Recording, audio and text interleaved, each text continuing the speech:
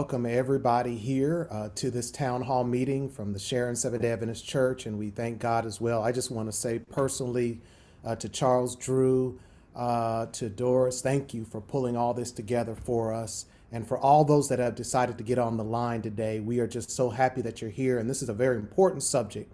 So we're going to, without further ado, bow our heads for prayer. Father in heaven, Lord, I just want to thank you that we have, first of all, a forum like this. We have the technology where we can discuss a very important topic today, the topic of COVID-19 and the vaccines that are available. And, oh, Lord, we just ask that your spirit will come into our midst. And, oh, Lord, that you will speak to all of our hearts. And oh, Lord, that from this meeting, some wonderful things will come out of it. I pray, Lord, that some hearts will be convicted and some individuals that might not have felt comfortable about getting the vaccine will have a greater understanding and will move forward to get it. You know, right now, if you guys didn't know, we've been in the midst of a storm. And we've been in that storm since last year, around February, and really a little bit before that when we found out about COVID. Most of us had no idea what it was, and it has changed our lives completely. But there's one thing I do want us to remember as we go through this, and that is as we discuss the vaccines, as we discuss COVID-19, as we deal with some of the myths that are out there, let us remember that in a storm, the one that we must put our anchor in is Jesus Christ. And we cannot forget that. And that's what this song is all about. My soul has been anchored in the Lord. Amen.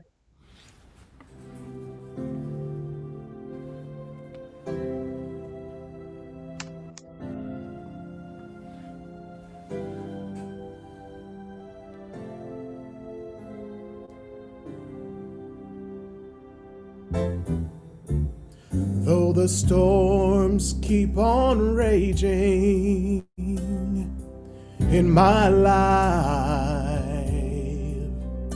and sometimes it's hard to tell the night from day, still that hope that lies within is reassured as I keep my eyes upon the distant shore. I know he'll lead me safely to that blessed place he has prepared. But if the storm don't cease, and if the winds, they just keep on blowing in my life, my soul has been anchored in the Lord.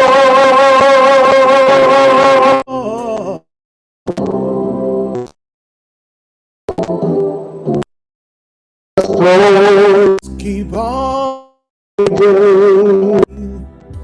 in my life, and sometimes it's hard to tell the night from day. Still the hope that lies within is reassured as I keep my eyes upon the distant shore. I know he'll lead me safely to that blessed place he has prepared. But if the storms don't cease, and if the winds, they keep on blowing in my life, my soul has has been anchored in the Lord.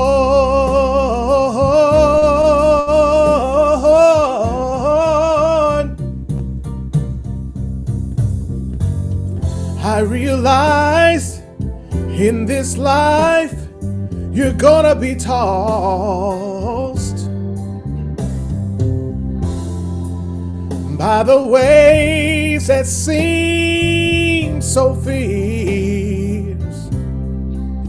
But in the Word of God, I've got an anchor,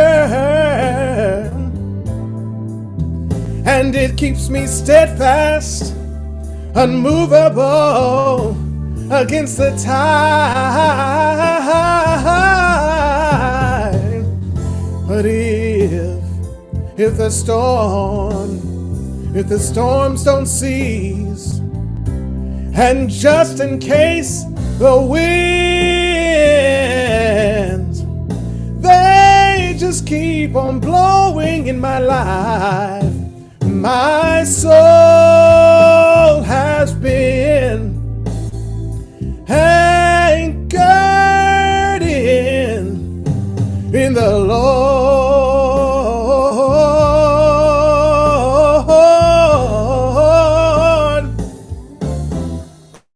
My soul has been anchored in the Lord. My soul has been anchored. My soul has been anchored.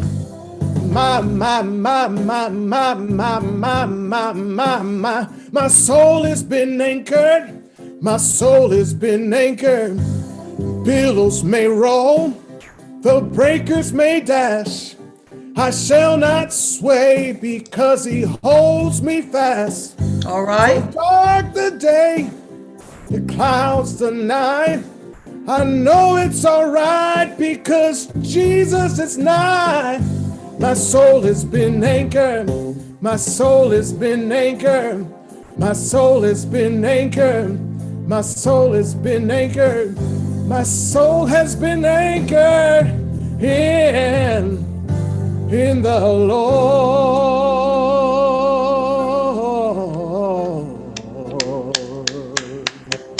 Oh, man. Amen. Pastor Collins, thank you for that great opening. Thank you. Everybody needs to give a clap, show some claps, hands up. Thank you, Jesus. You know I'm Baptist, so you know I've got to say something. I've got to say amen.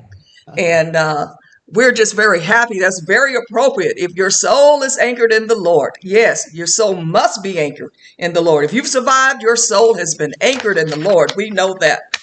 I want to thank you again, Pastor Collins. I want to talk to you a little bit about the technical instructions. We're going to be using chat. So for those of you who are on the town hall, if you have questions and comments, there's a chat at the bottom of the screen, your screen, and please put any questions or comments that you'd like in the chat. We're going to be responding to the chat. We hope everyone is on mute right now. But let me share a little bit about this town hall. Again, my name is Doris Lassiter, and I'm serving as your moderator. I'm representing Charles Drew Health Center.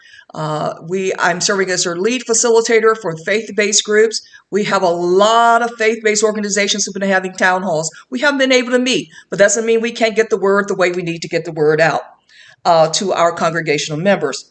As you know, Charles Drew is dedicated to providing quality, comprehensive health care in a manner that acknowledges the dignity of the individual, the strength of the family, and the supportive network of the community. Charles Drew Health Center has provided needed health care to families in Omaha since 1983. Over the years, the number of insured and uninsured patients they serve has steadily grown, as has their healthcare services. Charles Drew Health Center is a fairly qualified health center. If you would like to learn more about their sliding fee scale program for families with limited or no health insurance, you may call Charles Drew at 402-451-3553. Again, the number is 402-451-3553. So what are we going to talk about today? First of all, we're going to talk about the myths and the facts of the COVID-19. What's going on? What's true? What's not true?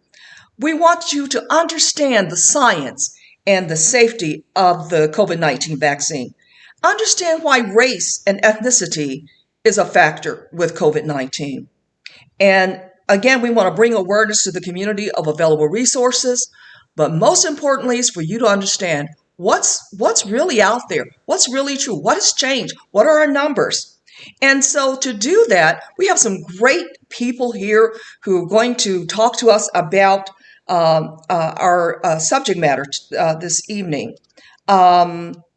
Before I do that, I'm going to ask a special acknowledgement of Sister Lenny Charlene Davis, who is the health ambassador for Sharon.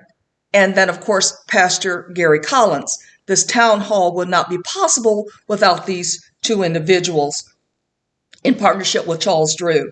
And so we all know Sister Charlene right here. She's just a beautiful woman. I've gotten a chance to know her over the last few months, and very much in control, and I do whatever she tells me to do.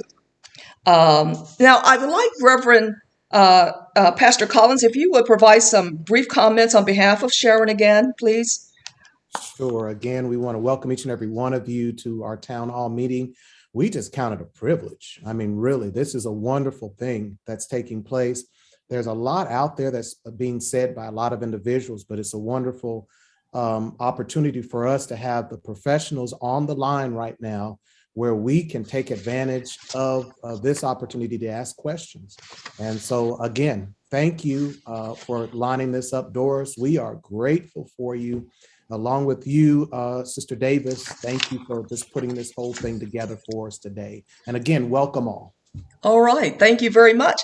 Now, before we talked about some of our other community and other speakers and presenters this evening, we have Dr. Kate Note from Creighton University. Kate, will you unmute and share a little bit about who you are and what you do and our history together? Yeah.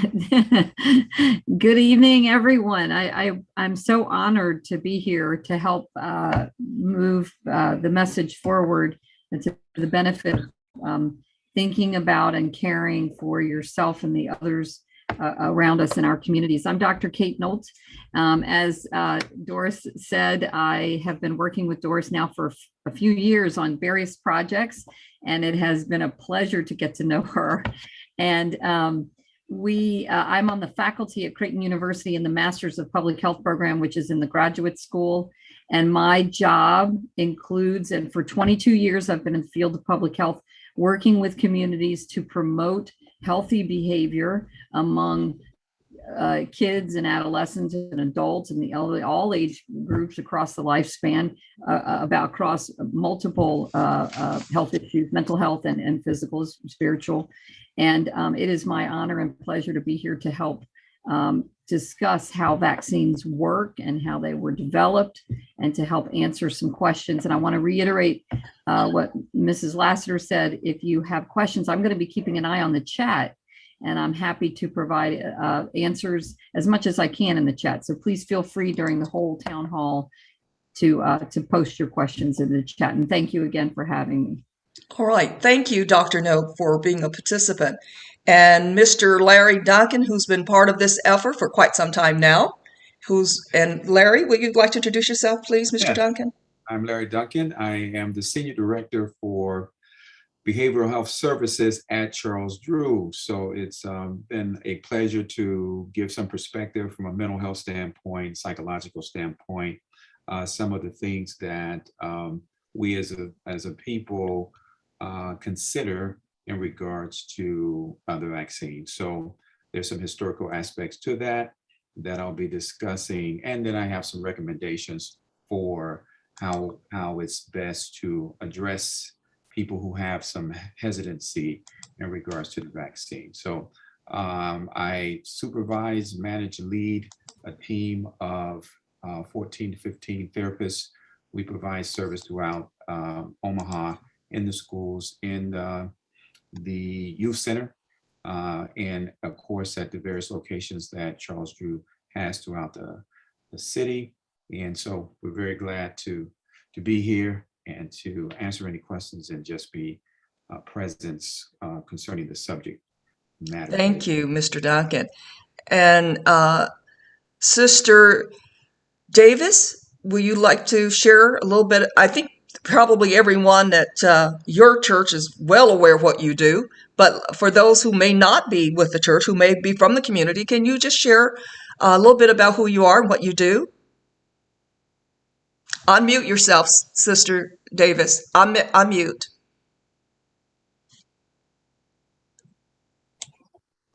Okay. You hear me now? Yes, we can. Okay. Well, I'm very happy at this time in my retirement. I have worked for years as a registered nurse, and I've taught nursing in Omaha at 3 colleges. And right now, I have time to do some fun community things like this, that where I can still continue to use my nursing information and to be of a support, I hope, to individuals and patients. And I am the health director at the Sharon Seventh-day Adventist Church, and I find much pleasure in that. And this program is just the kind of thing that I like to do. Thank you, Sister Davis. Now I'm going to share my screen. Thank you all to our panelists and speakers. We are looking forward to each of your presentations. So let's get right to it.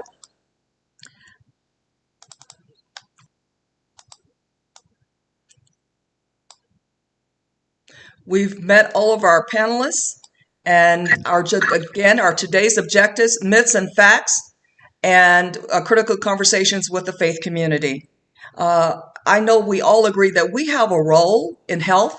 Your church has a foundational health component that I know, and so I was very excited to get you involved in this effort. You all have been leaders in this in health for faith-based communities for a long time.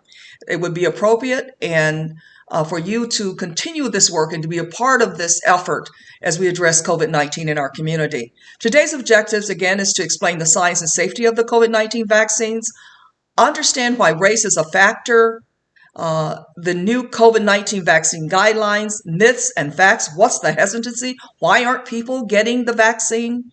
And then we want to learn from you, the community. Why is the vaccine important? First of all, my role today is to ask that you all consider the data.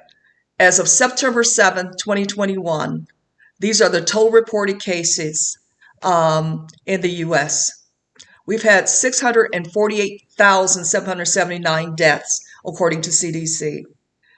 62% of the people are fully vaccinated in the U.S. In Douglas County, where we live, there were over 78,872 cases and 752 deaths from COVID-19. That means there are some deaths here, people who are no longer in our congregations, no longer in our schools. Some of them are young people, some are older people, some are Black, some are white, of all races. But I want to take a closer look at the data. The data tells our story.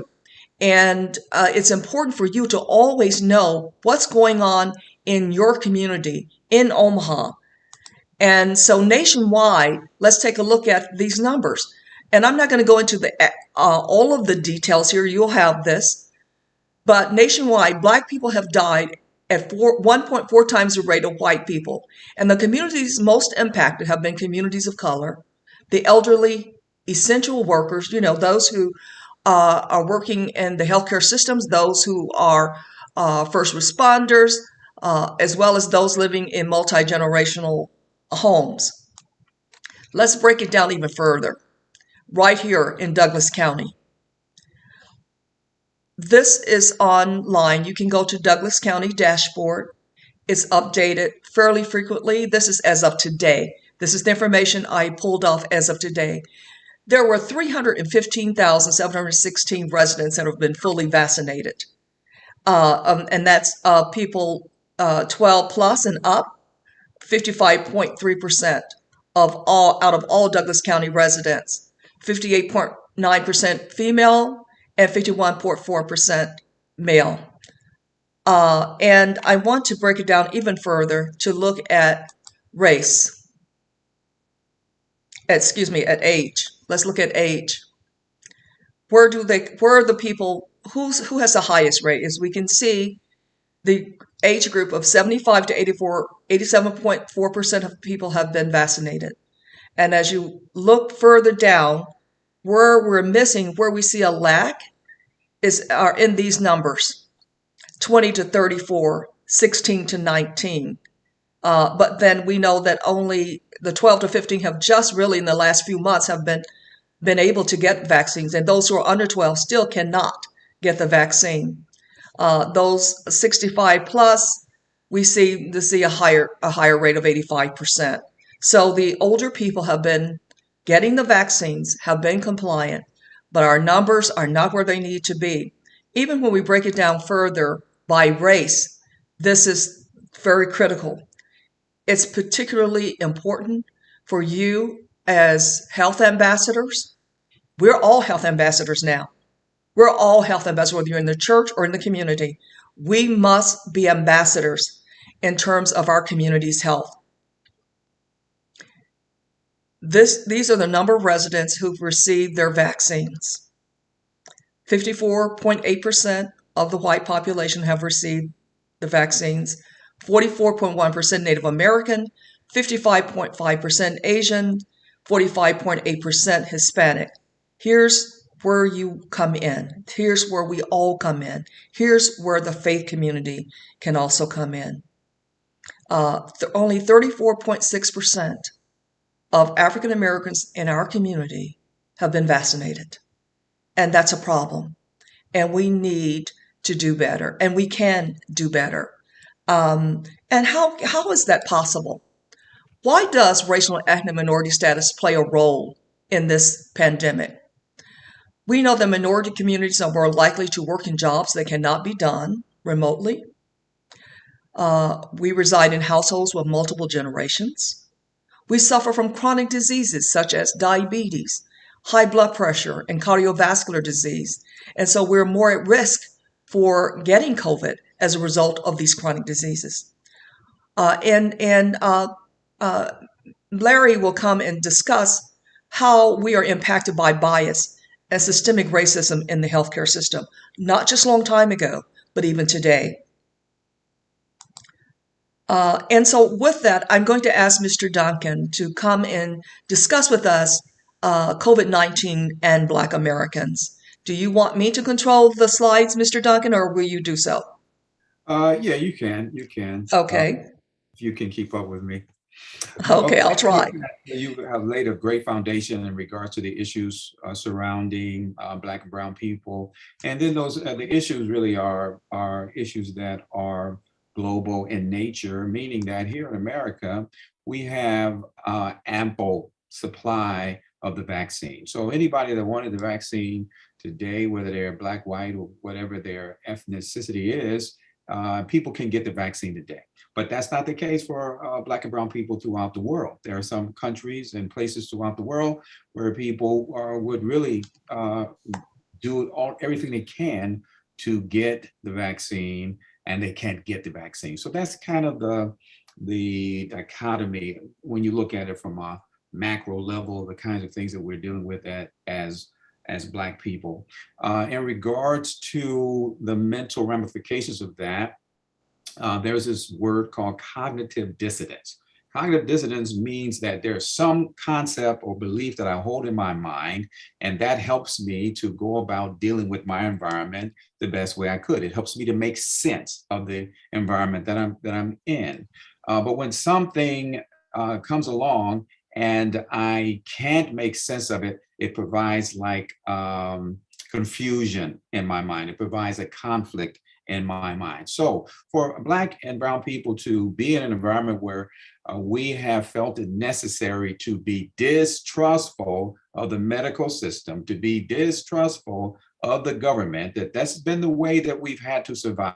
We've had to be distrustful, so to speak. Not everybody, not every situation, but in general, based on various things that have happened and things that I'm not going to necessarily have to go through, but okay, I can't trust. That's my way of approaching things mentally, right?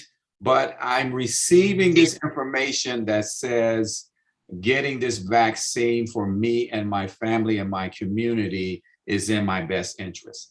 That presents an internal kind of mental type of psychological conflict for some people.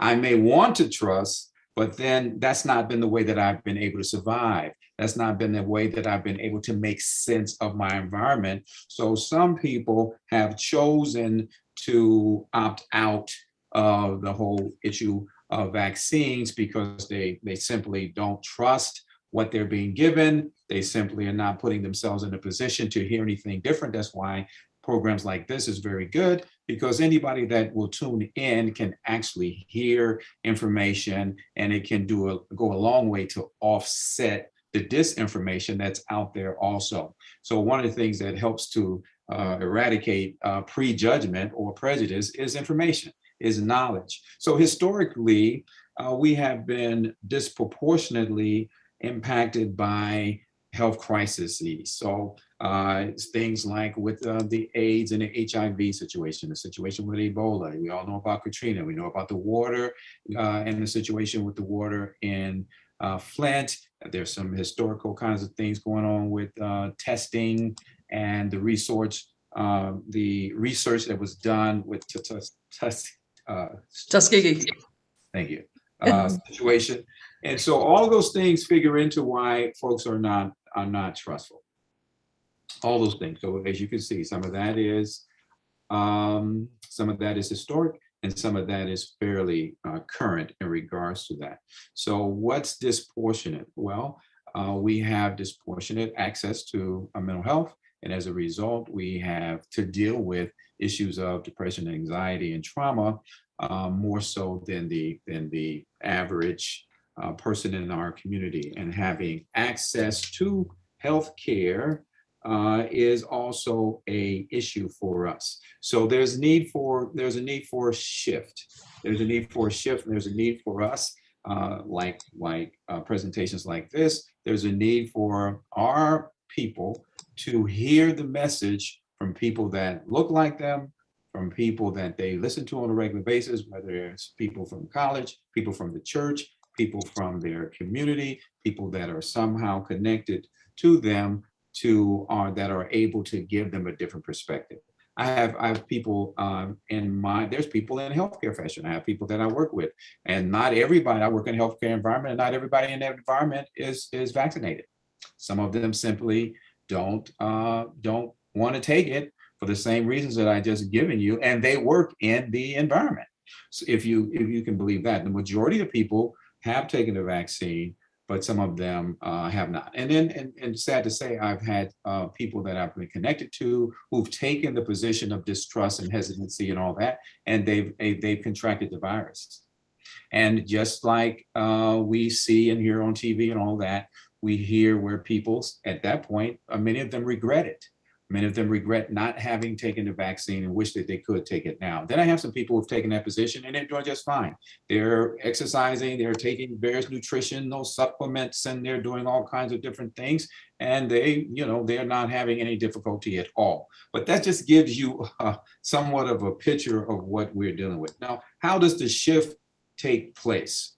When you look at the healthy distrust that we have, how does that take place? Well, again, hearing the message from different people. And one of the things that helps also which is a national program that allows for greater access. So that's one of the powerful things about healthcare centers, is that there's less concern based on insurance and less concern based on people's ability to pay. And so as a country, investing in people having access to information, having access to the vaccine itself, and having access to medical service could be one of the ways that can help to shift the situation. Early identification and intervention, meaning that people have access from a variety of different perspectives. And again, church, school, those are two of the institutions that are in all of our communities.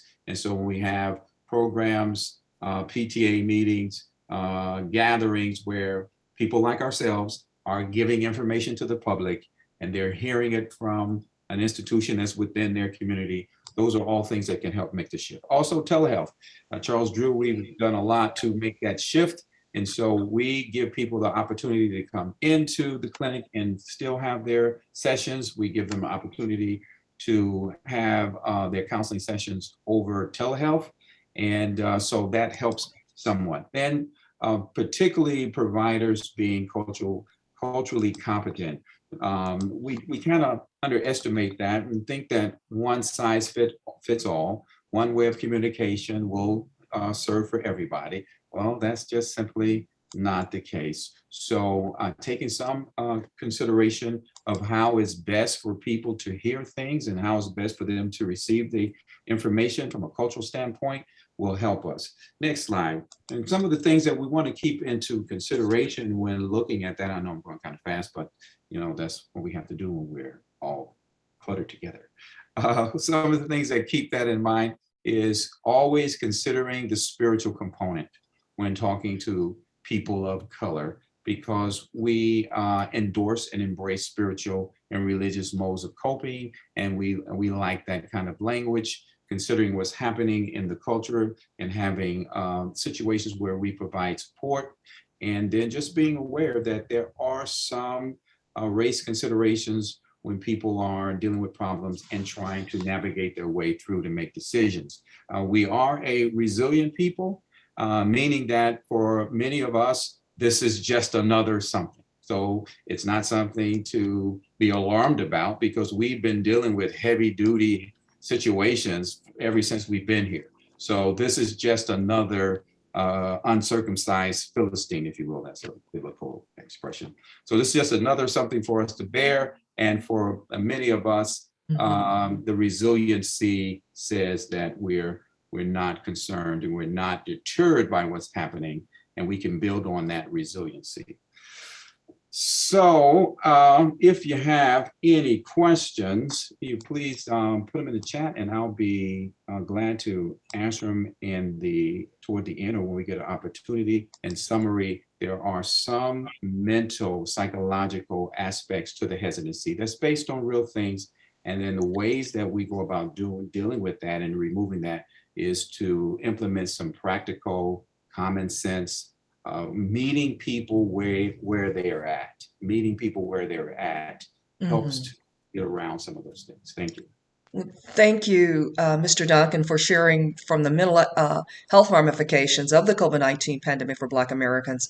You've done a super job of sharing that information. Every time you present this, I'm learning more and more, especially regarding the resiliency factor that I don't think we talk enough about, and why we are as we are as Black and brown people, and the issues of the past, the current issues that we've seemed to always bounce back. No matter what's happened, we have to be strong, we have to get over it, and we have to do it.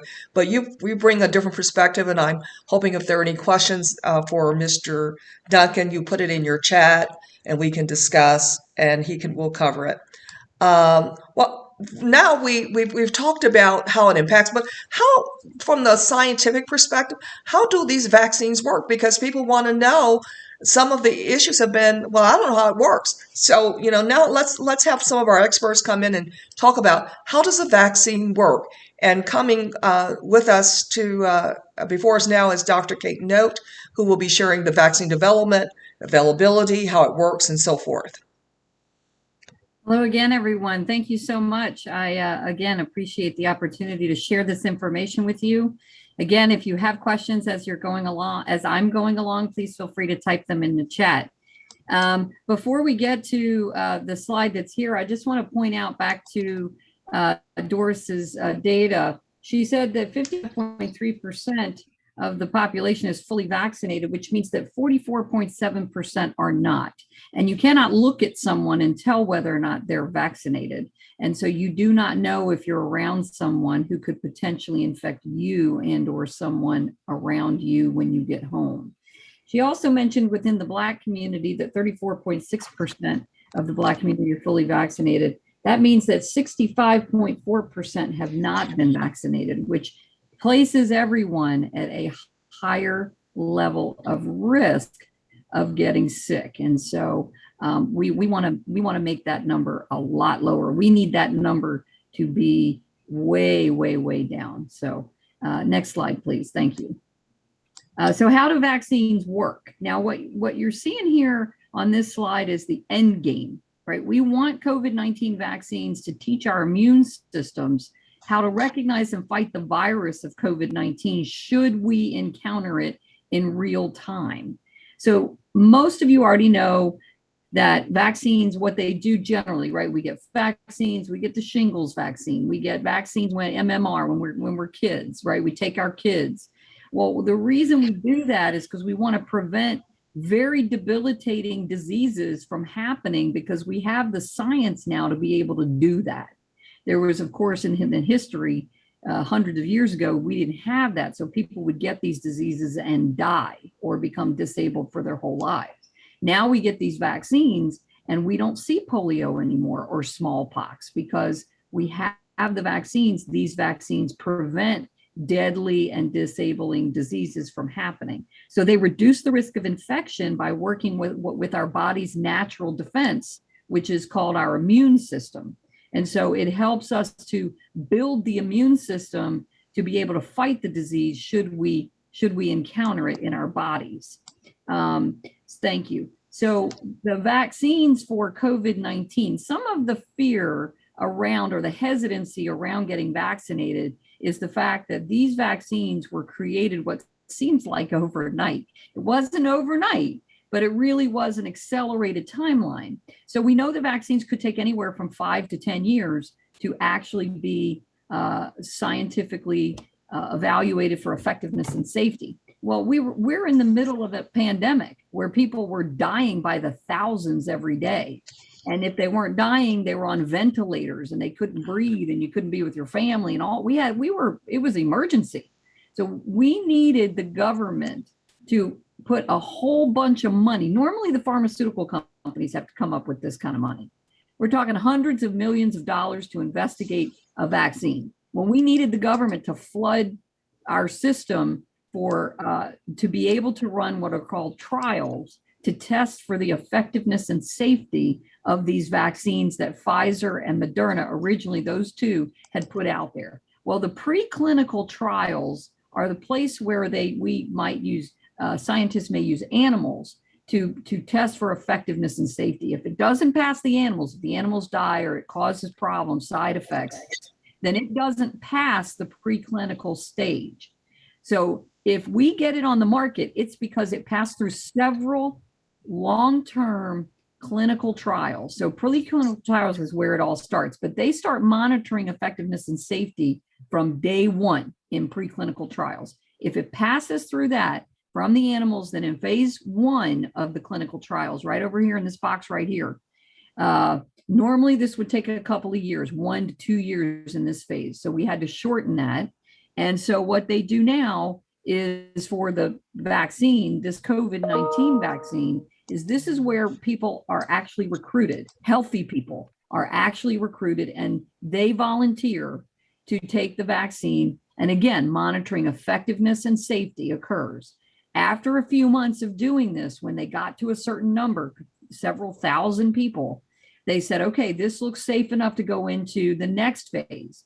The next phase, phase 2, is where people from all races, all ethnicities, every health condition, multiple health conditions were recruited by the thousands. They were volunteers. They stepped up and they said, look, I know I'm going to die if I don't get this vaccine because I'm sick or I have a transplant. They tested everybody in phase 2 from multiple backgrounds, diverse backgrounds. So this is where some people believe that people of color, people from different ethnicities were not included, and they actually were in this phase 2 clinical trial.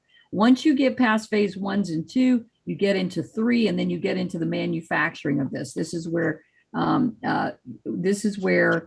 we feel that there are enough people who have volunteered. We've monitored effectiveness and safety for long enough. We're clear that it's okay. We can release it to the market. So we go to the FDA. The FDA does everything. These steps, by the way, are the same steps that occur through 5 and 10-year trials.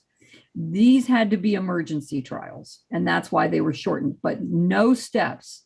The FDA monitored for every single same step in this version, the accelerated timeline, as they did in the original longer timeline.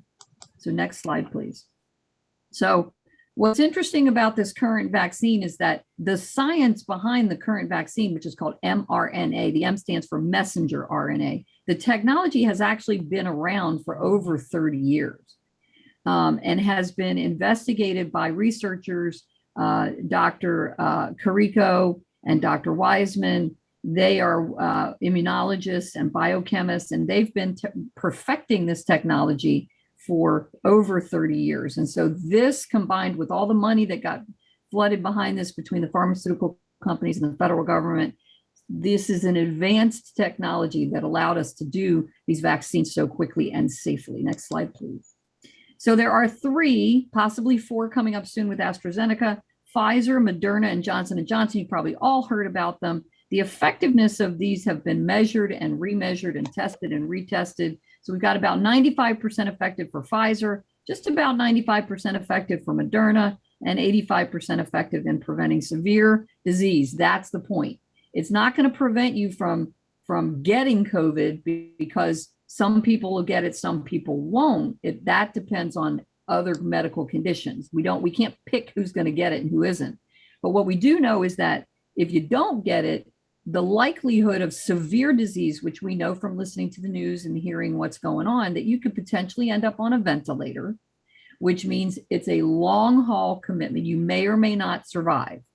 These vaccines prevent you from experiencing severe disease. You may still get sick, but your symptoms will be something you can manage at home, something that your doctor, your primary doctor can help you with, or your urgent care, and you tend to heal a lot faster without going to the hospital and obviously preventing death. Next slide, please.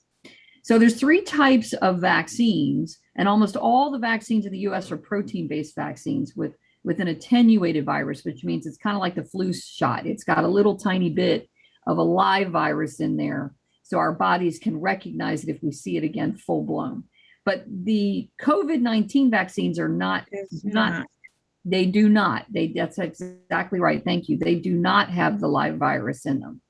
They are vaccines. The Johnson & Johnson vaccine is called a viral vector vaccine.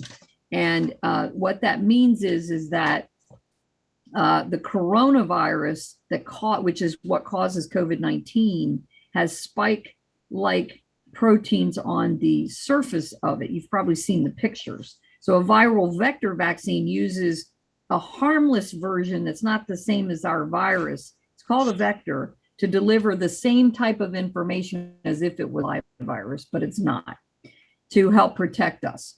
So what happens is these vaccines teach our bodies to make copies of the spike protein. And if you're ever exposed to the real virus later, your immune system's going to have these soldiers. Imagine going to war and you got soldiers, right, that are fighting. When they see this real if you get the vaccine, they see the real virus come into your body, and you have these antibodies that have been developed because you got the vaccine that will fight very hard. Your viral load will be a lot lower with the vaccine than if without the vaccine. So you won't get as sick. So The newer mRNA vaccine is in Pfizer's and Moderna's vaccines. The Johnson & Johnson has the viral vector. Next slide, please. So the FDA did what's called an emergency use authorization, although Pfizer has now been fully authorized. They are no longer under emergency use authorization. So Pfizer, because they are now tested enough to be available to 12 years old and up. Moderna is not available yet for 12 and up, and neither is Johnson & Johnson. So there's 2 doses for the Pfizer and Moderna vaccine. There's only 1 for Johnson & Johnson. And what these do, again, is they prime your immune system against the virus. So it protects you from the virus. Next slide, please. So Pfizer vaccine and Moderna vaccine. So there's 2 doses. So if you haven't had it and you decide to get it, if you get the Pfizer one, you're going to get it when you're going to go to your clinic, or you're going to go where it's offered.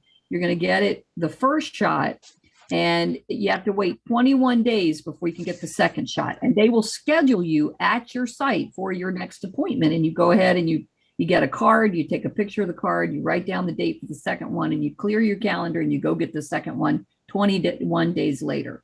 Moderna, same scenario, except it's 28 days apart. Both doses are necessary to be fully protected. If you only get the first one and go, hey, I'm good, you're not. You're not fully protected yet. This is why masking, even though vaccinated, is very important, because the mask is what protects. So the way the virus gets into your body is through your nose, your mouth, and your eyes. If you have it on your hands and you rub your eyes. So these are entryways for the virus into your body. So we need to protect those openings, just like we lock our doors at night. We want to lock it up. We want to keep it from being able to get in. So these vaccines should not be administered with any other vaccine. So if you're getting a flu shot, there should be 14 days between your flu shot or shingles vaccine or anything else and when you go to get your COVID-19 vaccine. At least 14 days. There could be more, but you want to check with your healthcare provider just to make sure that it's a good time for you to get it done. So again, the FDA cleared the Pfizer vaccine now for ages 12 to 19. Next slide, please.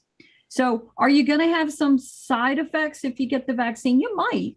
I think most people have said they felt a little sore in the arm, maybe a little tired. Sometimes it's less after the first dose, but more after the second dose. I personally have been vaccinated. My 14-year-old son has been vaccinated. So is my 19-year-old son. And we did not have the same experience, but none of us, thankfully, really felt that badly. I had it, the second vaccine, I had Moderna. The second vaccine, I did feel a little chills, but I took the day off because I knew when it was coming. So I said, I'm going to make sure I can rest. And within 24 hours, it was over. I felt back to normal. So it doesn't last very long. And not everybody has these. Mostly you get soreness in your arm at the site. And there's fewer side effects in different age groups and for different people, but check with your doctor or your healthcare provider to just talk about these side effects, but they tend to be on the lesser side. And certainly getting sick by COVID is going to be a lot more harmful to you and longer term than 24 hours dealing with the side effects of a vaccine. Next slide, please. So how safe are these? Well, they're very safe. 18 years and older for Moderna, 12 years and up for Pfizer, 18 also for Johnson & Johnson. If you are considering getting pregnant, have been pregnant, had a baby, or breastfeeding, it is recommended that you still get COVID-19 vaccines. Please check with your doctor first to make sure, because if you have other medical conditions, you might want to check it out. And so contraindications, which means it's when not to be vaccinated. If you've ever had a vaccine of some other kind or something like this and had a severe allergic reaction to it, you just want to check with your doctor to be sure it's okay to get the COVID-19 vaccine. There have not been a high number of allergic reactions to the vaccines. This is an mRNA, that's why. Next slide, please. So you may have heard that the Johnson & Johnson vaccine went through a pause of administration because there were some side effects that were revealed in April this year. And initially, there were 6 cases of blood clots in women between the ages of 18 and 48. But I want to emphasize that at this point that this happened, there were over 6 million doses administered, and only 6, 10, 15, I think at the end of the day, I think there was a total of 15 cases of this. And they paused it immediately because they wanted to protect the public in case it was a bigger problem than they knew. Turns out it was not. It was a big problem so leg swelling, some bruising, back pain, abdominal pain. These are reactions that some women had. They noticed some clots that occurred around 13 days after the vaccine was received. And then there was an independent advisory board that was created to look into these 15 confirmed cases. And it got to the point where when you look at 8 million administration of this virus and such a small fraction having this reaction, it was deemed that the risk of getting COVID outweighed the risk of having these side effects. So they re-released the Johnson & Johnson vaccine, and it is safe to get. Next slide, please. So you've heard probably all about different variants for the vaccine. What that means is, so the alpha variant, the alpha version of the vaccine is the one that was the original. In 2020, we all heard about this virus. And but what happened is the way viruses survive is they mutate. And so they change over time. And that's how they can affect more and more people. This is how viruses survive. So the original virus mutated several times. And there's multiple mutations here in the US that cause more severe symptoms than the original. This virus variant, they don't care whether you are white or black or rich or poor. If they can get into your body, they're going to affect you. The vaccine helps prevent severe disease. So routinely monitored, these things are monitored through data surveillance, laboratory studies, epidemiological studies. So the scientists are on top of how these are mutating and what's happening. The one we're hearing about in the news the most is Delta. And the reason for that is because it is causing a level of sickness that is highly, highly communicable. It's contagious, and it's more transmissible easily than the original version of the virus. There's the UK version, the South African version, the Brazil version. But what we're hearing about the most is this last one down here at the bottom, Delta. So 25% or more of new cases in the US are this Delta variant. And most of them appear to be occurring severely in unvaccinated individuals. So this is called what's called a variant of concern because of that reason. It's still creating an environment of disease around us all, whether we're vaccinated or not. And because it spreads faster and easier than other forms of the virus, it can be more deadly. So the vaccines do seem to cover protecting around the Delta variant. And what I want you to notice on this table is how quickly the numbers changed. In May, the percent of the cases in the US were only 3.1% of the Delta variant. Less than 30 days later, it jumped from 3 to 10. And then in even less so, 30.4% were Delta variant cases. So you can see it's much more severe. Next slide, please. So the difference is about risk. So where in our lives are we willing to risk ourselves? We wear seatbelts. Like I said, we vaccinate our babies when they're born in this country. They can't go to school without that. This is about risk. Delta variant, we know, we already got the science, it's been around enough. 177 million people around the globe have been vaccinated, and yet we still have a pandemic. So we need that number to go up. So the rate of infection in unvaccinated people is 5 times the rate of infection in vaccinated people. And the hospitalization among vaccinated was 1 per 100,000. But the hospitalization rate in unvaccinated people was 29.4 per 100,000. So the most vulnerable, of course, are the elderly. which is why we saw at the beginning of the pandemic, they had the highest number of deaths long before the vaccine. The Delta variant has an increased risk of breakthrough infection. So if you're vaccinated and you get COVID, it is called a breakthrough case. It broke through the vaccine. The symptoms are going to be a lot less severe, and you are more likely to be able to get over it at home. There was a study done on the Delta variant where that was dominant in unvaccinated people, and they became infected 10 times as often as vaccinated people did. So by the end of the study, when it was finished, Delta accounted for 90% of the infections. Unvaccinated people were 5 times as likely to get infected as vaccinated people. Again, mask wearing protects. It protects. So I want to just pause for a second. There's a question in the chat. What is messenger mRNA? So there is some question about, thank you for asking the question. mRNA is the messenger RNA. It's a genetic material, but it is not DNA. DNA is inside the cell. mRNA, messenger RNA, does not mix with the RNA at all. It doesn't mix with the genetic material. So mRNA is genetic material that tells your body how to make proteins. And so if you remember, the coronavirus has something called a spike protein. And so the vaccine is made of mRNA, and it wraps in a coating that makes delivery of the vaccine easier, and it keeps the body from damaging that spike protein. So the mRNA in the vaccine teaches the cells how to make copies of that spike protein. So if you're exposed to the real virus later, your body's going to recognize it, and it's going to know how to fight it off with those antibodies.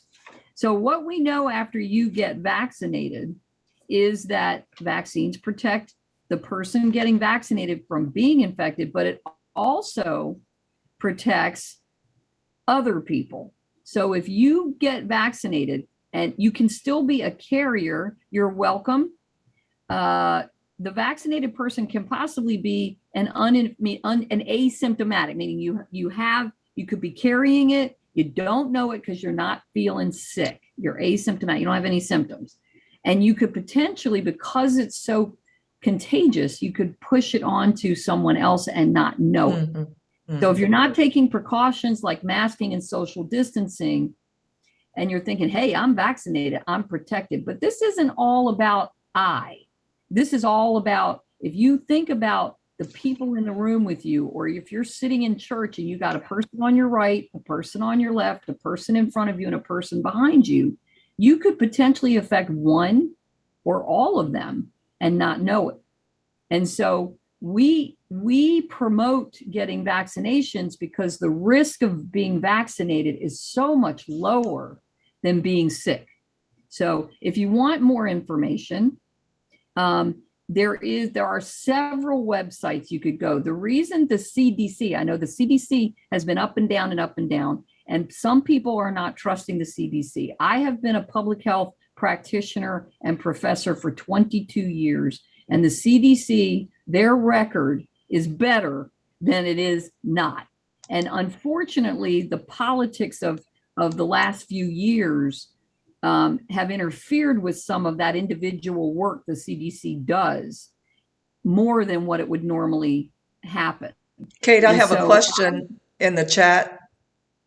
Yes. There's a question. Can you share with us? By further details, COVID transition to our eyes, case frequency. So I don't have the scientific data to tell you how often that happens, but there's been some science to say that COVID can last on surfaces for up to 72 hours. So it's possible that if you touch somebody or become exposed yourself and you rub your eye with it, or I know my son's constantly touching his eyes and his face and his mouth. That's an entryway for things like flu, things like, and COVID as well. I have not seen recent science that negates that, but it could be out there. The truth is we may not actually know, and there may need to be more studies that support that. but I have to ask you, why risk it? So that's why washing hands and sanitizing before you rub your eyes, or taking a tissue. If you need to rub your eyes, you have an issue, put a tissue on and rub it that way. That's a little bit safer. So I wish I could give you numbers, but I can't give you numbers, but I can tell you that from a prevention standpoint, washing your hands and sanitizing your hands is a lot safer and reduces risk than not. So Okay. I hope that's helpful. All right. You want to proceed on? We have some other questions that we'll ask when we get to the You audience betcha. time. So the recommendations for non-healthcare settings, so that would be community settings, school settings, other types of settings. So I'm going to start explaining some of this to you, but before I do, I want you to know that this is actually changing a little bit. Yeah. And the reason is because the surge in COVID-19 communicable, how fast it's spreading, changes some of this now, because these were the recommendations and guidelines when we didn't know there was another surge on the horizon. So everybody went to the beach, they went to wherever they did outside, they weren't masked, they thought vaccinated, hey, I'm good to go. And the CDC said, okay, maybe we can resume some activities without wearing masks or physically distancing. That is not the case now. We now need to be wearing masks when we're in crowds, when we are, even if we're outside. Now, if you can social distance outside, which is 6 feet or more, then you may not, and you're vaccinated, then you may not need to worry about wearing a mask. There are stores and businesses who are saying, hey, look, I'm not willing to risk getting closed again.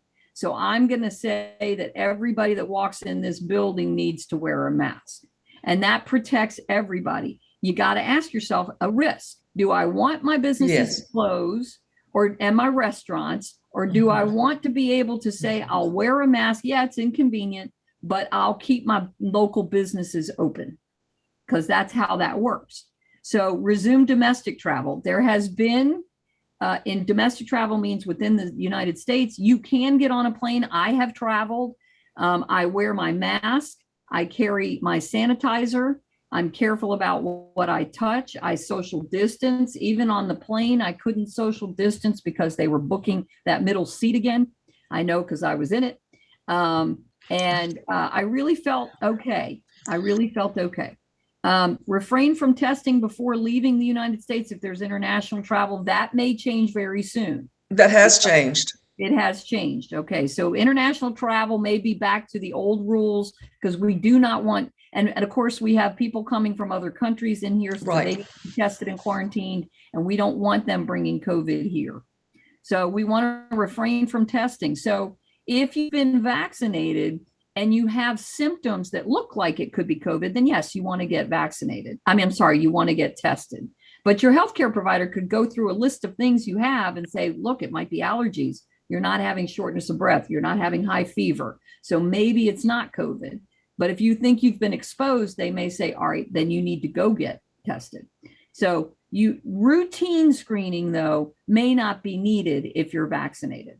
So these are some slight changes. Fully vaccinated people should get tested if they're experiencing the symptoms, and follow the CDC guidelines for isolation. And of course, your healthcare provider can help you with that.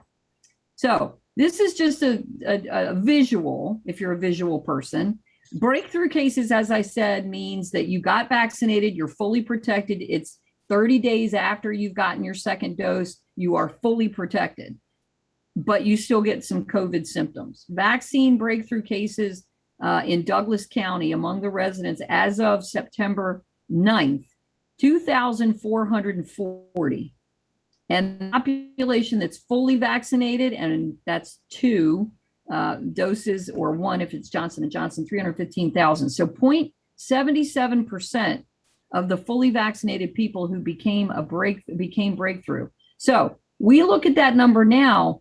If we do not mask and we do not social distance as the surge is continuing, we expose our younger children who cannot get vaccinated, and they are becoming gravely ill.